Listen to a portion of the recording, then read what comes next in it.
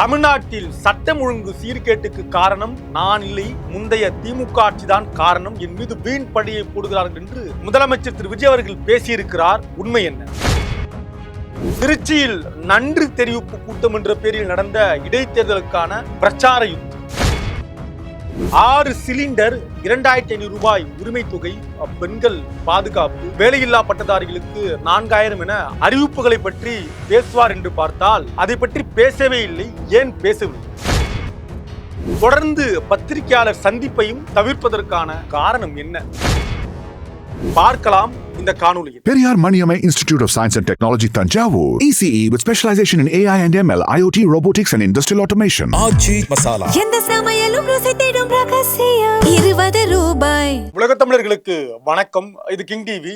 இன்றைக்கு திருச்சியில தமிழ்நாட்டுடைய முதலமைச்சர் திரு ஜோசப் விஜய் அவர்கள் நன்றி தெரிவிப்பு கூட்டம் அப்படின்றத நடத்த இருப்பதாக தகவல் எல்லாம் வெளியாகி நாமும் கூட அதை ரொம்ப கவனிச்சு பார்த்தோம். மேடைக்கு வந்து திரு ஜோசப் விஜய் அவர்கள் பேசி முடித்த போதுதான் தெரிஞ்சது அது நன்றி தெரிவிப்பு கூட்டம் அல்ல, அது இடைத்தேர்தலுக்கான பிரச்சார கூட்டம் அப்படின்றத மேடையில போட்டு உடைத்தார் திரு ஜோசப் விஜய் அவர்கள். நன்றி தெரிவிப்பு கூட்டம் அப்படின்னா நம்ம கடந்த காலங்களில் எப்படி பார்த்திருக்கோம்? ஒரு வேட்பாளரை வெற்றி பெற வைத்த அந்த தொகுதி மக்களை நேரடியாக சந்தித்து, தெரு தெருவாக சந்தித்து, சாலை மார்க்கமாக பயணித்து, இன்னும் சொல்ல போனா வீடு வீடாக போய் வாக்களித்த மக்களுக்கு நன்றி தெரிவிச்சதை நம்ம பார்த்திருக்கோம். பொது மேடை போட்டு நன்றி தெரிவிச்சதை பார்த்திருக்கோம். ஆனால் இந்த இடங்கள்ல திரு விஜய் அவர்கள் நன்றி தெரிவிப்பு கூட்டமாக அறிவித்தாரே ஒழிய அது நன்றி தெரிவிப்பு கூட்டமாக இல்லாம முடிக்கும் போது தெரிந்தது இது இடைத்தேர்தலுக்கான பிரச்சார கூட்டம். அப்ப திரு விஜய் அவர்கள் முதலமைச்சராய் ஆன உடனேயே மக்களை நன்றி தெரிவிக்க போகிறார் அப்படின்னு எதிர்பார்த்திருந்த நேரத்துல அது நன்றி தெரிவிப்பு கூட்டமாக இல்லாமல் இடைத்தேர்தலுக்கான பிரச்சார கூட்டமாக மாற்றி இருப்பதே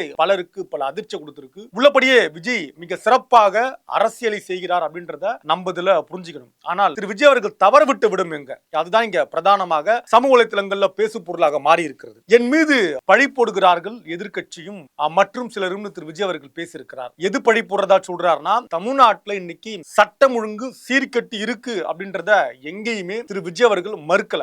ஆம், சட்டம் ஒழுங்கு சீர்கெட்டு இருக்கு அப்படின்றத விஜய் ஏற்றுக்கொண்டு, ஆனால் இதற்கெல்லாம் காரணம் தற்போது இருக்கக்கூடிய தாவேகா கிடையாது, இதற்கு முன்னால் ஆண்ட திமுக தான் காரணம் அப்படின்றத ஒரு அரிய கண்டுபிடிப்பை கண்டுபிடிச்சு விஜய் அவர்கள் மேடையில பேசியிருக்கிறார். ஒரு நகைச்சுவை காட்சி இருக்கும், ஜப்பான்கார எதையோ கண்டுபிடிக்கிறான்னு, ஆனா இவன் எதை கண்டுபிடிச்சிருக்கான் பாருங்க அப்படின்வாங்க இல்லையா, அந்த மாதிரி இவர் கண்டுபிடிச்ச வினோதம் தான் இந்த சட்டம் ஒழுங்கு சீர்கேடுக்கு காரணம் முந்தைய திமுக ஆட்சி. நான் இல்ல, என் மேல அபாண்டமான படிய திரு ஸ்டாலின் சார் போடுறாருன்னு வழக்கம் போல மேடையில கத்தி கதறி இருக்காரு தாவேகா தலைவரும் முதலமைச்சருமான திரு ஜோசப் விஜய். குறைந்தபட்சம் முதலமைச்சராக மேடைக்கு வந்திருக்கக்கூடிய திரு விஜய் அவர்களிடத்திலிருந்து நாம் எதிர்பார்க்கக்கூடிய நேர்மையான ஒரு கருத்து என்ன? தமிழ்நாட்டில் சட்டம் ஒழுங்கு மோசமாக இருக்கிறது. இன்றைக்கு இதே நாள்ல நாமக்கல்ல ஒரு சிறுமி மீது பாலியல் கொடுமை தாக்குதல் நடந்திருக்கு. இதையெல்லாம் பேச வேண்டிய திரு விஜய் அவர்கள் எதை பேசுகிறார்? என் மீது பழி போடுறாங்க, சட்டம் ஒழுங்கு சீர்கேடுக்கு நான் காரணம் இல்லை, சட்டம் ஒழுங்கு சீர்கேடு 5 வருஷமாக சரியா இல்லைன்னு சொல்லி பிரச்சாரம் செய்து ஆட்சிக்கு வந்தீங்களே திரு விஜய் அவர்களே, இதையெல்லாம் சரி செய்வது தானே ஆட்சிக்கு வந்தீங்க, வந்த உடனேயே நீங்க எடுக்க வேண்டிய நடவடிக்கை என்ன அப்படின்ற கேள்வி மக்களிடத்தில் இருக்குமா இல்லையா? இல்ல இன்னும் குறைந்தபட்சம் கால அவகாசம் கேட்கலாம் நேர்மையோடு. ஆமா, சரியில்லை, நாங்க இப்பதான் ஆட்சி அதிகாரத்திற்கு வந்திருக்கோம், எல்லாம் இளவயதினர்கள் வந்திருக்காங்க, புதிய அமைச்சரவை அமைச்சிருக்கும், எங்களுக்கு இந்த ஆட்சி அமைச்சரவை எல்லாம் புதுசா இருக்கு, கொஞ்சம் காலமாகும், அது வரைக்கும் நீங்க பொறுத்தருள வேண்டும், மன்னிப்பு கூட இல்ல பொறுத்தருளணும் அப்படின்னு விஜய் அவர்கள் மேடையில பேசியிருந்தால் உள்ளபடியே விஜய் அவர்கள் ஒரு நாகரிகமான அரசியலை செய்கிறார் அப்படின்ற புரிஞ்சுக்கலாம். ஆனால் வந்த உடனேயே பழி போடுறாங்க. அதாவது எப்படி கரூர்ல நடந்த சம்பவத்துக்கு ஸ்டாலின் சார் என் மேல பழி போட்டாரோ, இப்பொழுது நடக்கக்கூடிய சட்டம் ஒழுங்கு சீர்கேடுக்கு என் மேல பழி போடுறாரு.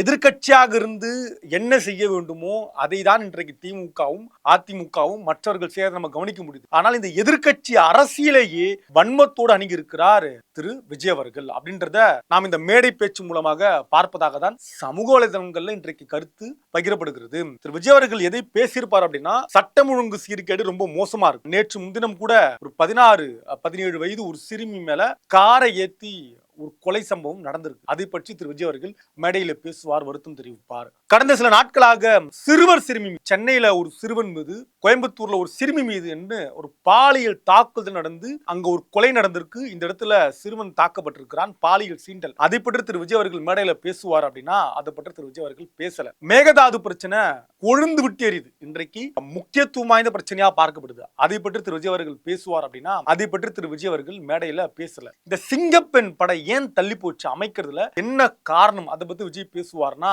அதை பத்தி பேசல. சரி, பத்திரிகையாளர் சந்திப்பை விஜய் நிகழ்த்தவே மாற்றார். கடந்த காலங்களில் பேரறிஞர் அண்ணாவில் தொடங்கி எம்ஜிஆர், கலைஞர், அம்மையார் ஜெயலலிதா, திரு எடப்பாடியார் அவர்கள் உட்பட எல்லா முதலமைச்சரும் பத்திரிகையாளர்கள் சந்தித்தார்களே, நான் ஏன் சந்திக்கல அப்படின்னு விஜய் பேசுவார்னு பார்த்தா அதை பத்தியும் விஜய் மேடையில பேசவே இல்லை. இந்த 200 யூனிட்டுக்கு காரணம் நானும் இல்ல, திமுகவும் இல்ல, அம்மையார் ஜெயலலிதா மேடம். எஸ், அது நமக்கு புரியுது. 100 யூனிட்டுக்கு அவங்க தான் காரணம் அப்படின்னு நீங்க சொன்னீங்களே. 200 யூனிட் அதை முழுமையா நிறைவேற்றிருக்கீங்களா, அதை பத்தி பேசுவாரான்னு பார்த்தா அதை பத்தி விஜய் அவர்கள் மேடையில பேசல. விவசாயிகளுடைய கடன் தள்ளுபடியில நடந்த குளறுபடிய திரு விஜய் அவர்கள் மேடையில போட்டு உடைத்திருக்கிறார், ஒப்புக்கொண்டிருக்கிறார். ஆனால் அதை அப்படி கடந்து போறாரு.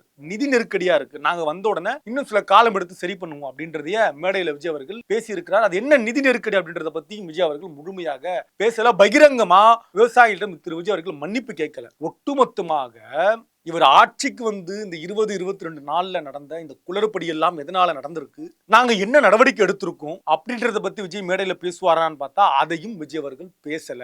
ஒரு பொறுப்புள்ள முதல்வராக விஜய் அவர்கள் இதெல்லாம் பேசுவார் என்று நாங்கள் எதிர்பார்த்தோம். ஆனால் விஜய் அவர்கள் பேசவில்லை என்பதுதான் இன்றைக்கு மக்களுடைய மனநிலை. எனவே எதிர்க்கட்சியே இல்லாத ஒரு தமிழ்நாட்டை உருவாக்கும்னு ஒரு அமைச்சர் பேசிவிட்டு போகிறார். இது ஜனநாயகத்திற்கு சரிதானா?